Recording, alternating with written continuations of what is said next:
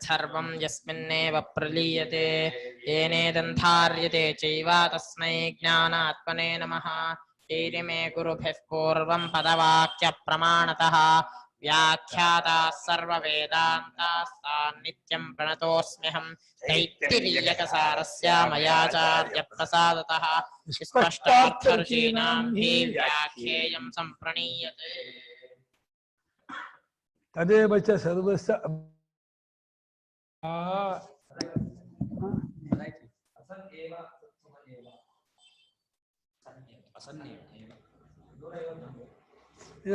असन्नेव असत्समयेव यथा असन् अपरुषार्थ संबंधी एवं सह भवति अपरुषार्थ संबंधी भवति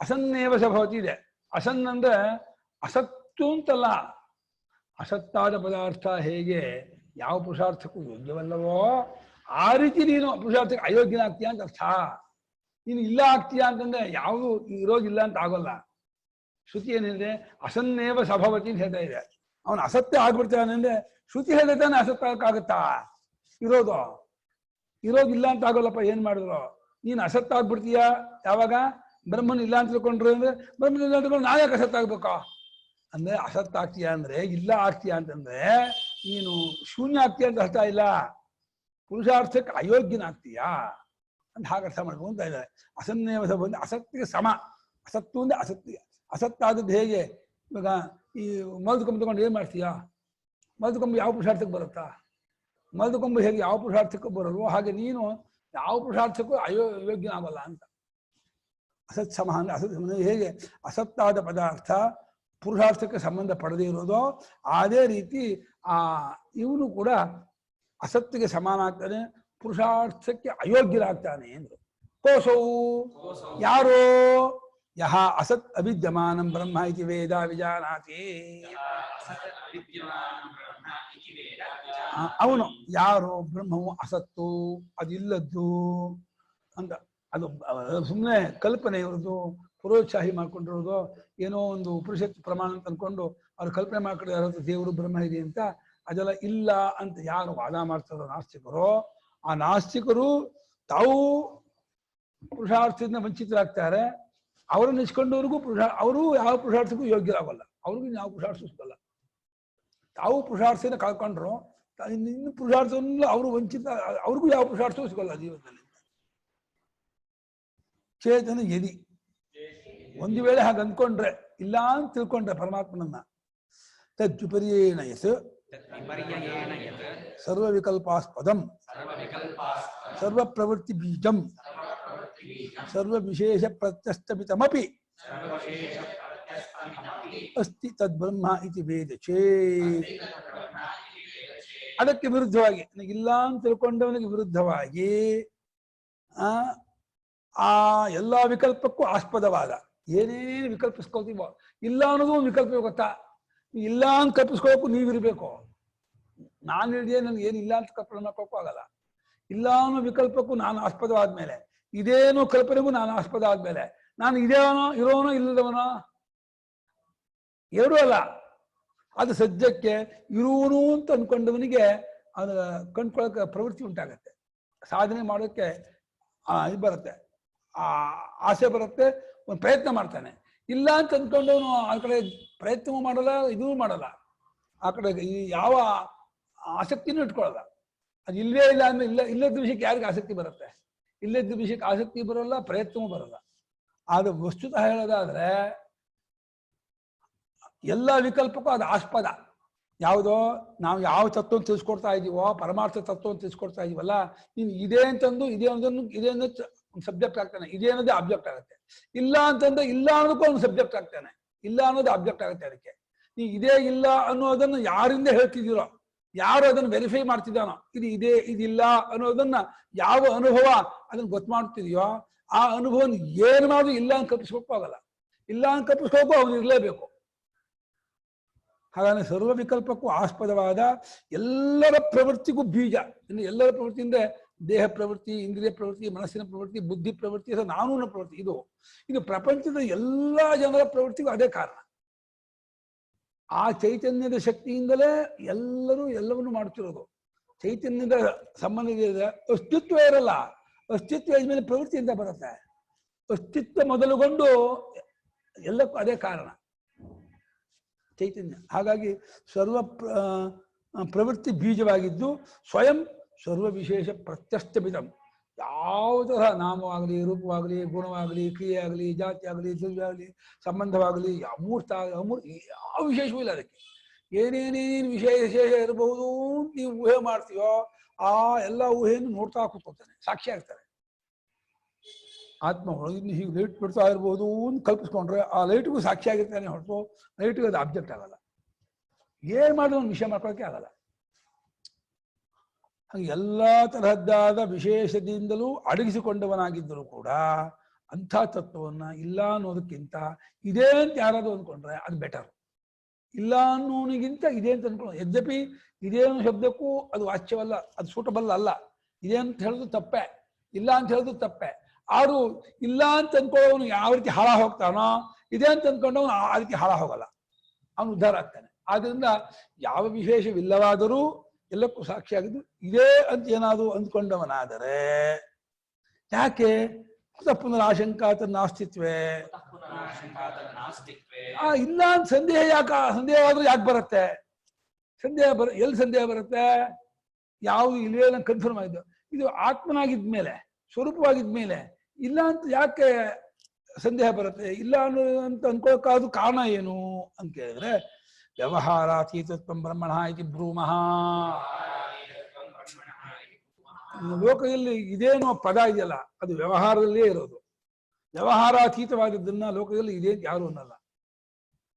ವ್ಯವಹಾರ ಅಂತ ಶಬ್ದಕ್ಕೆ ಅರ್ಥ ಮನಸ್ಸು, ಪ್ರತ್ಯಯ ಅಂದ್ರೆ ಮನಸ್ಸು, ಇಂದ್ರಿಯ, ಶಬ್ದ ಇದಕ್ಕೆ ಗೋಚರ ಆಗಬೇಕು.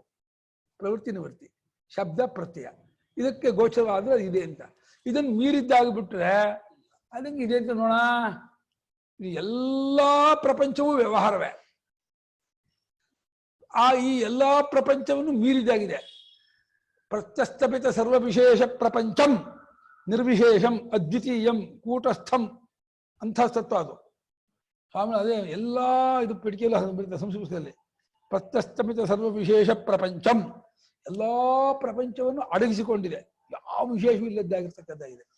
ಹಾಗಾಗಿ ವ್ಯವಹಾರಾತೀತವಾಗಿರೋದ್ರಿಂದ ಬ್ರಹ್ಮವು ಅದರ ಬಗ್ಗೆ ಯಾರಿಗಾದ್ರೂ ಇಲ್ವನೋ ಅನ್ನುವ ಸಂದೇಹ ಬರುತ್ತೆ. ಇವತ್ತು ಆ ನಾಸ್ತಿಕವಾದ ಅಂತ ಇದೆಯಲ್ಲ ಇದಕ್ಕೆ ಹೀಗೆ ಹುಟ್ಟುರೋದು. ವೆಸ್ಟರ್ನ್ಸ್ ಭಗವಂತ ನಮ್ದೇ ಇರೋದು, ಆ ತರ ಯಾರು ಇಲ್ಲ ಅಂತ ಅವರೇ ಜಾಸ್ತಿ ಆಗ್ತಾ ಇದ್ರಿ. ಅಲ್ಲ, ಅವ್ರಿಗೆ ಒಂದ್ ದೊಡ್ಡ ಕಲ್ಪನೆ ಅಂದ್ರೆ ಆ ಭಗವಂತ ಅನ್ಕೊಳ್ಳೇನೆ ಇವ್ರು ಏನೋ ಒಂದು ಆಕಾರ ಕೊಟ್ಟಿದಾರಲ್ಲ ಅದಿಲ್ಲ ಅಂತಂತಾರೆ. ಆ ಆಕಾರನ್ ಭಗವಂತ ಅನ್ಕೊಂಡ್ಬಿಟ್ಟು ಹೌದು ಅದಿಲ್ಲ ಅಂತಂದ್ರೆ ಅದನ್ನೇನು ತಪ್ಪುನಕ್ಕಾಗಲ್ಲ. ಆ ಆಕಾರ ಇರ್ಲೇಬೇಕು ಅಂತ ಏನಿಲ್ಲ. ಆದರೆ ಅವ್ರಿಗೂ ಅವ್ರನ್ನಿಲ್ಲ ಅನ್ನೋಕ್ಕಾಗಲ್ಲ. ಯಾರು ನಾಸ್ತಿಕರು ಅಂತಿದ್ದಾರೆ ನಾಸ್ತಿಕರಿಗೂ ಕೂಡ ನಾನಿಲ್ಲ ಅನ್ನೋಕ್ಕಾಗಲ್ಲ.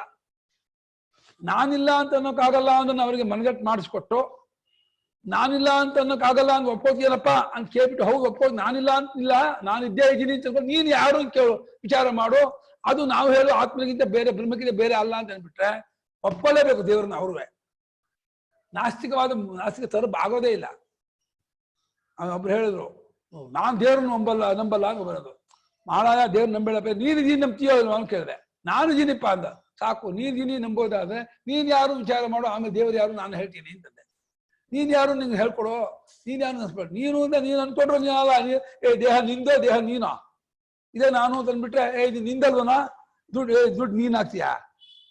ನಿನ್ ದುಡ್ಡು ನೀನಲ್ವೋ, ನಿನ್ನ ದೇಹ ನೀನಲ್ಲ, ನಿನ್ನ ಇಂದ್ರಿಯ ನೀನಲ್ಲ, ನಿನ್ನ ಮನಸ್ಸು ನೀನಲ್ಲ, ನಿನ್ನ ಬುದ್ಧಿ ನೀನಲ್ಲ. ಇವಾಗ ಹೇಳು ನೀನ್ ಯಾರು? ನಿನ್ನ ಪ್ರಾಣನೂ ನೀನಲ್ಲ. ಇವಾಗ ಹೇಳು ನೀನ್ ಯಾರು ಹೇಳೋ? ನನ್ನ ಷಷ್ಠಿ ಭಕ್ತಿ ಎಲ್ಲವನ್ನು ಭೇದ ಮಾಡುತ್ತೆ. ನನ್ನ ಮನೆ ಹೇಗೆ ನನಗಿಂತ ಬೇರೆಯೋ, ನನ್ನ ಅಂತ ಯಾವ್ದಾವ್ದಕ್ಕೆ ಬರುತ್ತೋ ಅದು ಷಷ್ಠಿ ಭಕ್ತಿ ತುಂಡು ಹಾಕತ್ತೆ, ಭೇದ ಮಾಡುತ್ತೆ. ಇವಾಗ ನನ್ನ ಪ್ರಾಣ ಅಂತ ಅಂದ್ಬಿಟ್ರೆ ಪ್ರಾಣವೂ ನಾನಲ್ಲ. ಈ ಅಹಂ ಪ್ರತ್ಯವೂ ಕೂಡ ನನಗೆ ಗೊತ್ತಾಗತ್ತೆ ಅಂದ್ಮೇಲೆ ಅಹಂ ಪ್ರತ್ಯವೂ ಅಲ್ಲ ಅಂದ್ಮೇಲೆ ಇವಾಗ ಹೇಳು ನೀನ್ ಯಾರು? ಅಥಪೋ ಏನು ಬೇಡಪ್ಪ, ನಿದ್ದೆಯಲ್ಲಿ ನೀನ್ ಇರ್ತೀಯ ಇಲ್ವೋ ಹೇಳಪ್ಪ, ಸಾಕು. ಸುಷುಪ್ತಿಯಲ್ಲಿ ನೀನ್ ಇರ್ತೀಯ ಇಲ್ವೋ? ಸುಷುಪ್ತಿ ನೀನ್ಯಾರು ನಾನು ಇಲ್ಲ ಅಂತ ಆಗ್ತೀನಿ ಅಂತ ನಿಂಗೆ ಅನ್ಸಿದ್ರೆ ನಿದ್ದೆ ಮಾಡಕ್ಕೆ ನೀನು ಹೋಗ್ತಿರ್ಲಿಲ್ಲ. ನಾನು ನಿದ್ದೆಯಲ್ಲಿ ಇಲ್ಲ ಅಂತ ಆಗ್ಬಿಡ್ತೀನಿ ಅಂತ ಯಾರಾದ್ರೂ ಆ ಕಲ್ಪನೆ ಇಟ್ಕೊಂಡ್ರು ಸಾಕು, ಇದು ಮಾಡಿ ನಾನು ನಿದ್ದೆ ಮಾಡೋದು ಇಲ್ಲ ಆಗ್ಬಿಡ್ತೀನಿ ಅಂತ. ನಾ ಚೆನ್ನಾಗಿ ಗೊತ್ತು ಎಲ್ರಿಗೂ ನಾನು ನಿದ್ದೆಯಲ್ಲಿ ಇದ್ದೇ ಇರ್ತೀನಿ ಅಂತ. ಅದು ನಾನು ಹೇಗಿರ್ತೀನಿ ಅದು ಮಾತ್ರ ಯಾರಿಗೂ ಗೊತ್ತಿಲ್ಲ. ಅದನ್ನು ಉಪನಿಷತ್ತು ತಿಳಿಸ್ಕೊಡುತ್ತೆ. ಅದೇ ಆತ್ಮ, ಅದೇ ದೇವರು, ಅದೇ ಬ್ರಹ್ಮ, ಅದೇ ಭಗವಂತ, ಅದನ್ನೇ ಪರಮಾತ್ಮ. ಹೇಗಾದ್ರೂ ಶಬ್ದ ಏನಾದ್ರು ಹೇಳಿ, ಯಾವ ಶಬ್ದಕ್ಕೂ ಅದು ವಾಚ್ಯವಲ್ಲ. ಒಂದು ರೀತಿಯಲ್ಲಿ ದೇವರು ಇಲ್ಲ ಅದನ್ನು ತಪ್ಪಾಗಲ್ಲ, ದೇವರಿಲ್ಲ ಬ್ರಹ್ಮ ಇಲ್ಲ ಅಂತ ತಪ್ಪಾಗಲ್ಲ, ಏನಿಲ್ಲ. ಯಾಕೆಂದ್ರೆ ಇಲ್ಲ ಅನ್ನೋ ಇದಕ್ಕೂ ಅದು ಸಾಕ್ಷಿಯಾಗಿರೋದ್ರಿಂದ ಇದೇ ಅನ್ನೋದು ತಪ್ಪ, ಇದೇ ಅನ್ನೋದು ತಪ್ಪಾಗಲ್ಲ, ಇಲ್ಲ ಅನ್ನೋದು ತಪ್ಪಾಗಲ್ಲ. ತಪ್ಪು ಹೋದ್ರೆ ಇದೇ ಅನ್ನೋದು ತಪ್ಪು, ಇಲ್ಲ ಅನ್ನೋದು ತಪ್ಪು. ತಪ್ಪು ಹೊರಟ್ರೆ ಎರಡೂ ತಪ್ಪು, ಇಲ್ಲ ಅಂದ್ರೆ ಒಂದು ಹಂತದಲ್ಲಿ ಎರಡೂ ಓಕೆ. ಆದರೆ ಇದು ಮಾತ್ರ ಯಾವ ಶಬ್ದ ಪ್ರತ್ಯೇಕಕ್ಕೂ ಸಿಗದೇ ಇರೋ ಅನುಭವ ಇದೆಯಲ್ಲ, ಇದನ್ನ ಅಲ್ಲಗಳಿಗೆ ಆಗೋದೇ ಇಲ್ಲ.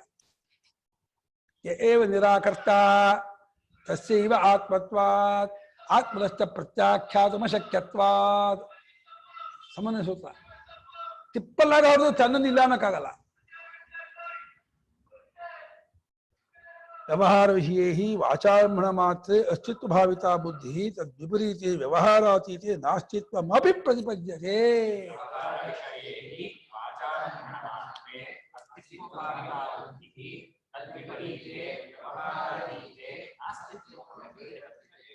ವ್ಯವಹಾರ ವಿಷಯ, ವ್ಯವಹಾರ ಕ್ಷೇತ್ರ, ವ್ಯವಹಾರ ಗೋಚರ ಎಲ್ಲ ಒಂದೇ ಅರ್ಥ. ವಿಷಯ, ಕ್ಷೇತ್ರ, ಗೋಚರ. ವ್ಯವಹಾರ ಇಂದ್ರಿಯಗಳಿಗೆ ಮನಸ್ಸಿಗೆ ತೋರುವಂತಹ ಒಂದು ವಿಶೇಷ. ಇಲ್ಲಿ ನಮಗೆ ಅದೆಲ್ಲ ವಾಚಾರಂಭಣವೇ. ಅದೇನು ಪುಸ್ತಕ ಅನ್ನೋದು ಬಾಯಿಂದ ತಯಾರಾದದ್ದೇ ಹೊರತು ಪುಸ್ತಕ ವಸ್ತು ಇಲ್ಲ. ಗಡಿಗೆ ಅನ್ನೋದು ಬಾಯಿಂದ ತಯಾರಾದದ್ದು. ವಾಚೈವ ಆರಭ್ಯತೆ ಐತಿ ವಾಚಾರಂಭಣಂ. ಬಾಯಿಂದ ತಯಾರಾಗತ್ತೆ ಹೊರತು ವಸ್ತು ಅಲ್ಲಿಲ್ಲ. ಕೀಟ ಕೀ ಅಂತೀವಿ, ಕಾಗುಣಸು ಕೀ, ಮಧ್ಯ ಟಾ ಹಾಕ್ಬಿಟ್ಟು ನಂಗೆ ಕೀ ಬಿಟ್ರೆ ಏನು, ಎರಡು ಕಡೆಗೂ ಕೀ ಇಟ್ಟಿದ್ರೆ ಮಧ್ಯ ಟಾ ಇಟ್ಬಿಟ್ರೆ ಬೇರೆ ವಸ್ತು ಆಗ್ಬಿಡತ್ತಾ? ಎರಡು ಕಡೆ ಕೀ ಇಟ್ಬಿಟ್ಟ, ಎರಡು ಕಡೆ ಕೀ ಕೊಟ್ಟು ಮಧ್ಯ ಟಾ ಇಟ್ಬಿಟ್ಟು ಒಂದು ವಸ್ತುವನ್ನು ಬಿಟ್ರೆ ಅದೇನು ವಸ್ತು ಆಗತ್ತೆ? ಅದು ಅದೇ ಕಬ್ಬಣ, ಅದೇ ಮರ, ಅದೇ ಇದೆ. ಕಬ್ಬಣ ಮರ ಅನ್ನೋದು ಕೂಡ ವಾಚಾರಂಭಣವೇ. ವಾಕ್ವೇನ ಈ ರೂಲ್ಸ್ ಅನ್ನು ಎಲ್ಲಕ್ಕೂ ಅಪ್ಲೈ ಮಾಡ್ಬೋದು. ಶರೀರವೂ ಇಲ್ಲ, ಪ್ರಪಂಚವೂ ಇಲ್ಲ, ನಾಮರೂಪವೂ ಇಲ್ಲ, ಎಲ್ಲ ಒಂದೇ ವಸ್ತುಗೆ ನೋಡಿ. ಅದೇ ಮರವೇ, ಅದೇ ಕಬ್ಬಣ, ಅದನ್ನೇ ಯಾವುದೋ ಒಂದು ಇಷ್ಟವಾದ ಆಕಾರದ ಫ್ರೇಮ್ ಕೊಟ್ಟು ಜೋಡಿಸ್ಬಿಟ್ಟ ಅಂದ್ರೆ ಕಿಟ್ಟ ಕೀ ಹೆಸರಿಟ್ಬಿಟ್ಟ, ಅದು ವಸ್ತು ಬಿಟ್ಟ. ಏನ್ ಕಿಟ್ಟ ಕೀ ಬಿಟ್ರೆ ವಸ್ತು ಬಿಡ್ತದ? ಅದೆಂತ ವಸ್ತು ಅದ? ಯಾವ ವಸ್ತು ಅದ? ಎಲ್ಲಿದೆ ವಸ್ತು? ತನ್ನ ಮೂಲ ರೂಪಕ್ಕಿಂತ ಬೇರೆ ಏನು ಇಲ್ಲಪ್ಪ ಅಲ್ಲೇ. ಸುಮ್ಮನೆ ವ್ಯವಹಾರಕ್ಕೆ ಇಟ್ಕೊಂಡಿದೀವಿ, ಇದಕ್ಕೆ ಕಿಟಕಿ ಇದೆ, ಭ್ರಾಂತಿ. ಅದು ಎಲ್ಲ ವಾಚಾರಂಭಣ ಮಾತ್ರತ್ವೇ. ಅಂದಮೇಲೆ ಅದರಲ್ಲಿ ಅಸ್ತಿತ್ವ ಭಾವಿತ ಬುದ್ಧಿ ಅದು ಊರ್ಕೊಂಡಿದೆ, ರೂಢಿಯಾಗಿದೆ. ಇದೆ ಇದೆ ಇದೆ ಫ್ಯಾನ್ ಇದೆ, ಗಬ್ಬು ಇದೆ, ಏನ್ ಮಾಡ್ಬೇಡ ಮಾಡ. ಅದಿಲ್ಲದೆ ಇರೋಲ್ಲಿ, ಅದು ವಿಪರೀತವಾಗಿರೋಲ್ಲಿ ಇಲ್ಲಪ್ಪ. ಬಂಜೆ ಮಗ ಇಲ್ಲ, ಮಲದು ಕೊಂಬಿದ್ದೀನ, ಮಲ ಕೊಂಬೋ ನೋಡಿದ ನೋಡಿದ ಮಲ ಗೊತ್ತಿಲ್ಲ. ರಾಬಿಟ್ಟು ಗೊತ್ತ, ನೋಡಿದ್ಯಾ? ಎಲ್ಲಿ ನೋಡಿದ್ಯಾ ರಾಬಿಟ್ಟು? ಝೂ ಅಲ್ಲ, ನಿಮ್ಮ ಮನೇಲೆ ಇದೆಯಲ್ಲ? ಇಲ್ವಾ? ಸಾಕಿಲ್ವ ಮನೇಲೆ? ಹೌದಾ? ನೋಡಿದೆ ಮಲನ ಹೆಂಗಿದೆ? ಮೂಳ ಎರಡು ಕೊಡೋದಕ್ಕೆ ಎರಡು ಕೊಡ ಹಂಗೆ ಹಿಂದಕ್ಕಿತ್ತ ಮುಂದಕ್ಕಿತ್ತ ಕೊಂಬಿಲ್ಲ, ಅದಕ್ಕೆ ಹಾರ್ನ್ ಇಲ್ವಾ? ಎರಡಿತ್ತು ನೋಡಿದ ಸರಿಗೆ ನೋಡಿದ್ಯಾ? ನೋಡಿಲ್ಲ. ಮತ್ತಿಲ್ಲ. ಕೇಶವ ಅಕ್ಕಿ ನೋಡಿದ್ಯಾ? ದೇವಸ್ಥಾನ ಕೇಶವ ಎಷ್ಟು ಕೈಪ್ಪ? ಇದಕ್ಕೆ ಎಷ್ಟು ಕೈ ಹೇಳು? ಕೈಯ ಇಲ್ಲ ಕೇಶಿಗೆ ನೋಡ್ರಿ ಗಾಪ ಅಲ್ಲ. ಓ ನೋಡಿದ್ಯಾ? ಸುಳ್ಳು ಹೇಳ್ತಿದ್ಯಾ?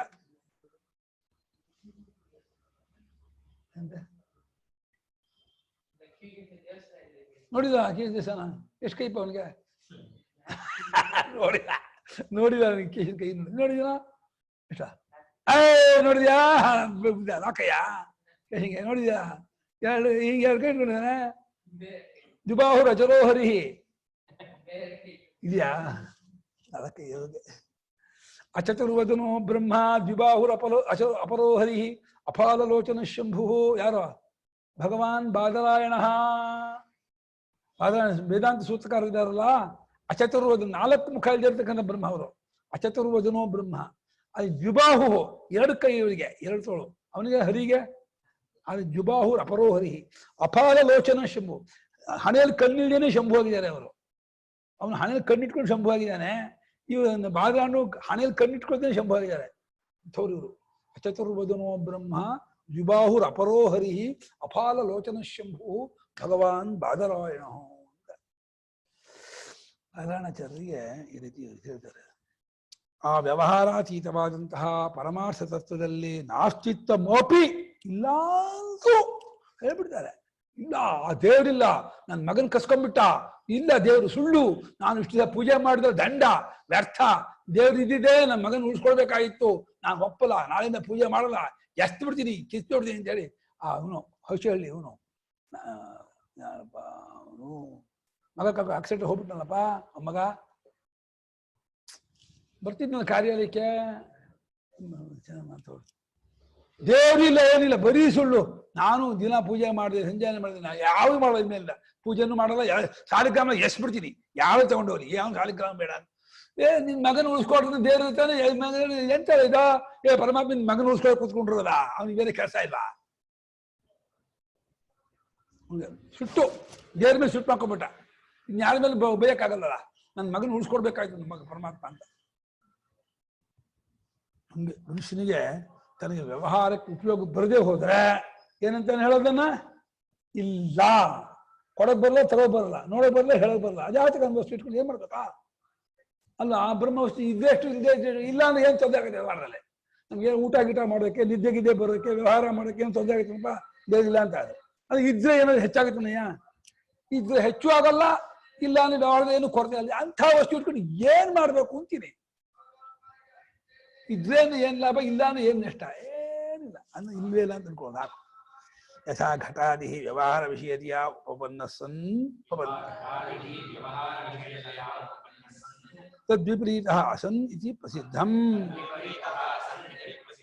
ಹೇಗೆ ಗಡಿಗೆ ಮುಂತಾದ ವಸ್ತು ವ್ಯವಹಾರಕ್ಕೆ ವಿಷಯವಾಗಿದ್ದುಕೊಂಡು ಉಪಪನ್ನ ತೋರ್ತಾ ಇದ್ರೆ ಅದು ಸಣ್ಣ ಅನ್ಸ್ಕೊಳ್ತೆ, ಸಣ್ಣ ಅಂದ್ರೆ ಎಸ್ ಯು ಎನ್ ಅಲ್ಲ, ಎಸ್ ಒ ಎನ್ ಅಲ್ಲ, ಇದೇ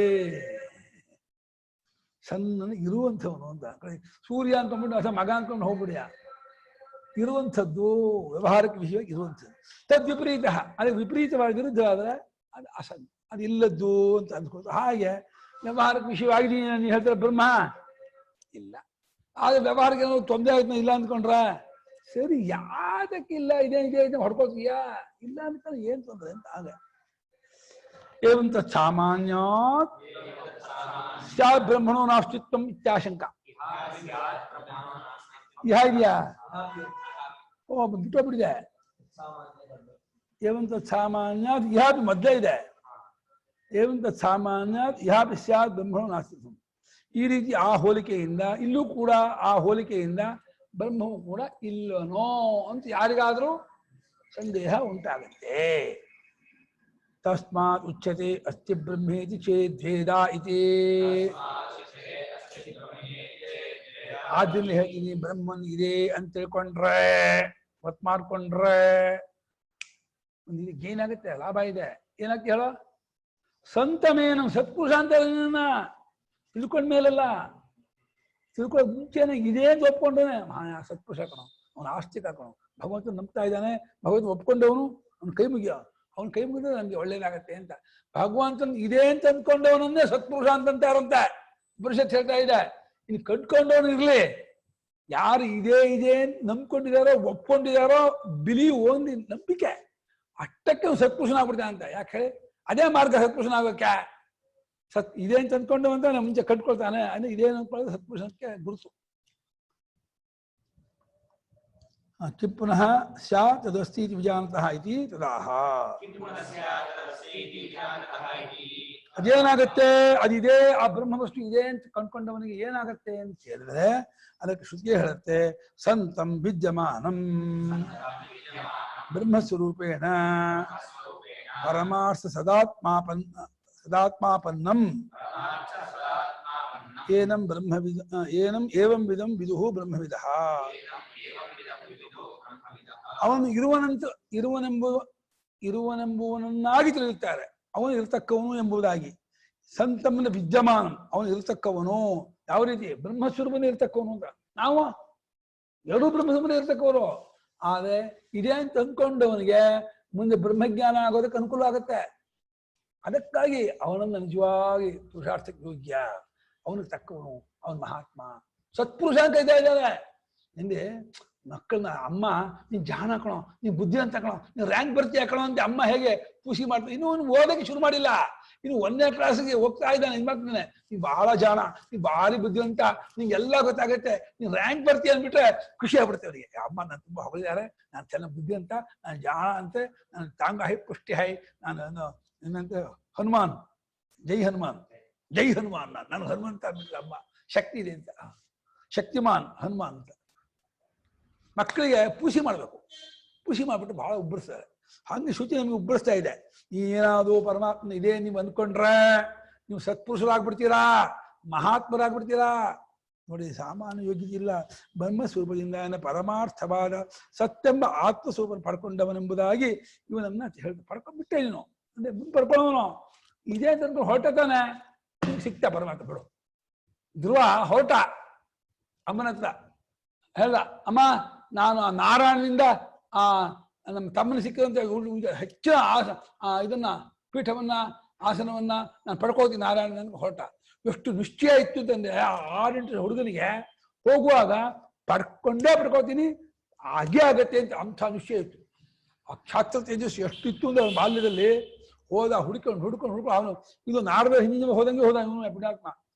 ಕಾಡಿಗೆ ಹೋಗ್ಬಿಟ್ಟ ಅವನು ಪುಣ್ಯಾತ್ಮ. ಕಾಡಿಗೆ ಹೋಗಿ ಅನ್ನ ನೀರು ಇಲ್ಲದೆ ಇದ್ದಾಗ್ಬಿಟ್ಟಮ್ಮ ಒಂದ್ ದಿವಸ ಸಿಕ್ಕೇ ಇಲ್ಲ.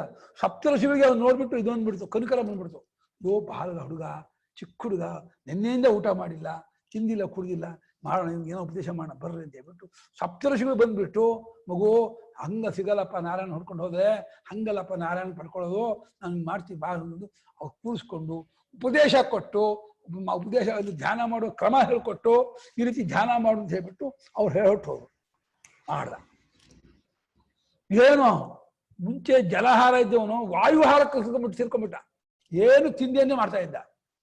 ನಮ್ಮಪ್ಪ ನಡಗ್ಬಿಟ್ಟ, ನಾರಾಯಣ ನಡಗ್ಬಿಟ್ಟ. ಆಗಲ್ಲ, ಬರ್ಲೇಬೇಕು ಅಂತ ಎಳ್ದು ಬಂದೇ ಬಿಟ್ಟ. ನೋಡಿ ಹೆಂಗೆ ಆ ಚಿಕ್ಕ ಹುಡುಗ ನಾರಾಯಣ ನಡಗಿಸ್ದ ಅಂದ್ರೆ ನಾರಾಯಣ ಹೆಚ್ಚೋ ಚಿಕ್ಕ ಹುಡುಗ ಹೆಚ್ಚೋ ಶಕ್ತಿಲೇ. ನಾರಾಯಣ ದೊಡ್ಡವನು, ಚಿಕ್ಕ ಹುಡುಗ ಅಂತ ವೈಕುಂಠದಿಂದ ನಾರಾಯಣ ಏಕಬಂದ್ಬಿಟ್ಟ. ಬಾ ನನ್ ಮುಂದಕ್ಕೆ ಯಾವ್ದೇನ್ ಬರ್ದೇ ಇರ್ತೀಯ ಅಂತ ಹೇಳಿ ಅಪ್ಪನ್ ನಡಗಿದಂತ ಹುಡುಗ ಇವನು, ಸಾಮಾನ್ಯ ಹುಡುಗ ಅಲ್ಲ ಇವನು. ಆ ಧ್ರುವ ಸಜ್ಜೋಹೃದ್ಯವರುದ್ಧತೆ ಪ್ರಕೃತಿಭಿ ಶುಶ್ರೂಷುಭಿಸ್ತಕ್ಷಣಾತ್. ಸಜ್ಜೋ ಹೃದಯ ಅವರು ತಕ್ಕನ ಹೃದಯ ಕಟ್ಟಾಕ್ಬಿಡ್ತಾನಂತೆ ಪರಮಾತ್ಮನ. ಯಾವ ಪರಮಾತ್ಮ ವಿಶ್ವವ್ಯಾಪಕನಾಗಿ ಸರ್ವಾತ್ಮಕನಾಗಿದ್ರು ಕೂಡ ಎಲ್ಲಿ ಹೋಗ್ತೀಯೋ ನೀನು, ಬಿಟ್ಟು ಹೋಗ್ತೀಯೋ ಅಂತ ಹೇಳ್ಬಿಟ್ಟು ಹೃದಯದಲ್ಲಿ ಕಟ್ಟಾಕ್ಬಿಡ್ತಾನಂತೆ. ಕೃತಿಭಿ ಪುಣ್ಯಾತ್ಮಭಿ ಅವರುದ್ಧತೆ, ಪುಣ್ಯಾತ್ಮರುಗಳಿಂದ ಆ ತಕ್ಷಣದಲ್ಲಿಯೇ ಆ ಪರಮಾತ್ಮ ಹೃದಯದಲ್ಲಿ ಕಟ್ಟಾಕಲ್ಪಡುತ್ತಾನೆ. ಶುಶ್ರೂಷುಭಿ ತಕ್ಷಣ ಕೇಳ್ತಾ ಅಲ್ಲೇ ಸಿಕ್ಕಾಕೊಂಡ್ಬಿಡ್ತಾನೆ ಪರಮಾತ್ಮ. ಎಲ್ಲರಿಗೂ ತಪ್ಪಿಸ್ಕೊಂಡು ಹೋಗ್ತಾನೆ. ಭಕ್ತಿಗೆ ಒಂದಕ್ಕೆ ಅವನು ತಪ್ಪಿಸ್ಕೊಳಕ್ ಆಗೋದೇ ಇಲ್ಲ. ಅವ್ನು ಒಂದಕ್ಕೆ ಭಕ್ತ್ಯಾತ್ವನನ್ಯ ಲಭ್ಯ ಅವನೇ ಹಾಕೊಂಡ. ನನ್ನ ವೀಕ್ ಪಾಯಿಂಟ್ ಇದಕ್ಕೂ ಅರ್ಜುನ, ನನ್ನ ದೌರ್ಬಲ್ಯ ನೀನು ತಿಳ್ಕೊಬೇಕಾದ್ರೆ ನಾನು ಭಕ್ತಿಗೆ ಒಳ್ದು ಬಿಡ್ತೀನಿ. ನಂಗೆ ಅದೊಂದು ವೀಕ್ ಪಾಯಿಂಟು, ನಂಗೆ ಅದಕ್ಕೆ ಸಿಕ್ಕಾಕೊಂಡ್ಬಿಡ್ತೀನಿ. ನಂಗೆ ಅದೇನು ಮಾಡೋಕ್ಕಾಗಲ್ಲ. ನಾನು ಭಕ್ತಿ ಮಾಡ್ಬಿಟ್ರೆ ನಾನು ಹೆಲ್ಪ್ಲೆಸ್ ಆಗ್ಬಿಡ್ತೀನಿ, ನಾನು ಸಿಕ್ಕಾಕೊಂಡ್ಬಿಡ್ತೀನಿ ನಿನಗೆ. ಹಾಗೇ ಹೋಯ್ತು, ನಿನ್ನ ಅಧೀನ ಆಗ್ಬಿಡ್ತೀನಿ ಅಂತಾನೆ.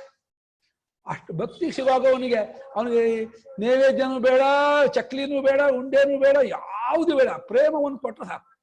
ಅದೊಂದನ್ನು ಕೊಡೋಲ್ಲ ನಾವು, ಎಲ್ಲ ಕೊಡ್ತೀವಿ. ಬೆಳ್ಳಿ ಮಂಟಪ ಮಾಡಿಸ್ಕೊಡ್ತೀವಿ, ಬೆಳ್ಳಿ ಹೂಬುಟ್ಟಿ ಮಾಡ್ತೀವಿ, ಬೆಳ್ಳಿ ತಟ್ಟೆ ಇಡ್ತೀವಿ, ಬೆಳ್ಳಿ ಜಾಲಾಲಿ ಇಡ್ತೀವಿ.